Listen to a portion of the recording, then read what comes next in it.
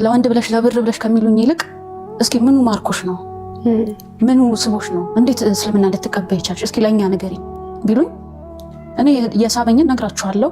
ከዛ ያልቻልኩትን ደግሞ እስኪ እንደዚህ ይሄን ጥያቄ ጠይቁ ብዬ መልስ ሰጣቸው ነበር። ግን ቶሎ ወዴት ነው የሚወስዱት ነገሩን? ወደ ሌላ አገጣጠመባቸው። እዛ ጋር እኛን እንትን የምትለን እሷ ነች። ያ ነገር ሲቆም ወደ ሌላ የሚወሰዱትና ስልኬንም አቁሜ ነበር። በቃ አቁም ሁሉን ነገር አልሐምዱሊላህ። እሷም ከዛ ካሉት ከሙስሊሙ ማጋ በቃ በደንብ ግንኙነት እንዲኖረኝ ያደረገችኝ በእሷ ነው። ያወቁት መስለሜን አያውቁኝም። በእሷ ተከራይቼ እንደምኖር ነው የሚያውቁት። እዛ እንደሰለምኩ ከሰለመ ሲሳል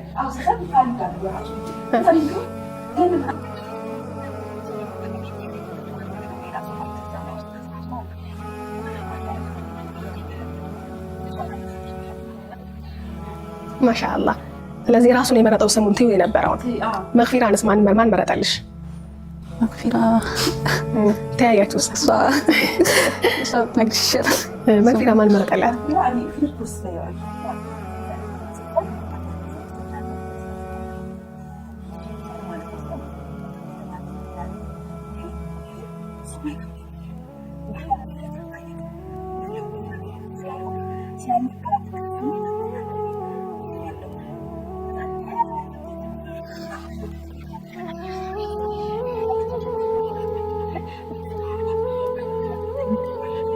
ሱብሃንአላህ ፊርደውስ ይከብደኛል ብላ መግፊራን መርጣ መኖር ጀመረች ማለት ነው።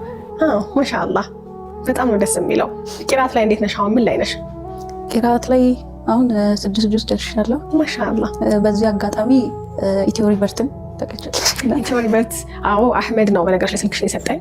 የምትገርም እህት አለች ከወንድሟ ጋር የሰለመች አያቷንም አስለማለች ብሎ አህመድ ኢትዮ ሪቨርት ነው መጥቶ እንዳወራችሁ እንደተገናኛችሁም ጭምር ነግሮኝ የሰጠኝ ቁጥርሽን በዚህ አጋጣሚ አህመድ እጅግ አድርጌ አመሰግናለሁ።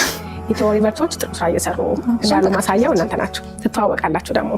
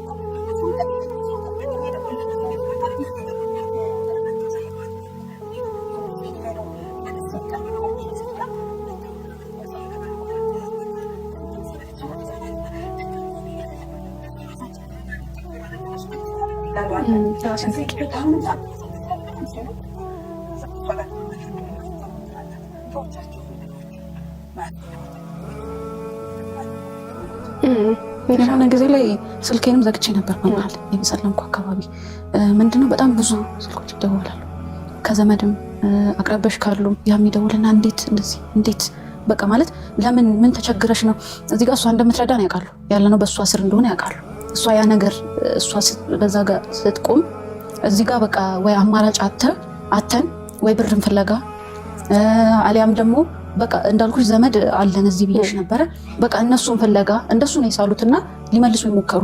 በቃ እኛ አለንልሽ፣ እኛ እንረዳሻለን፣ እኛ እንደዚህ እንትን እንልሻለን፣ ዘመድም ምንም ማለት ነውና ከዛ በቃ አልቻልኩም፣ ዘጋሁት ስልኩን። እንዲህ ብዬ ክፉም ነገር መጥፎም ነገር ጥሩም ነገር ማውራት አልፈለኩም።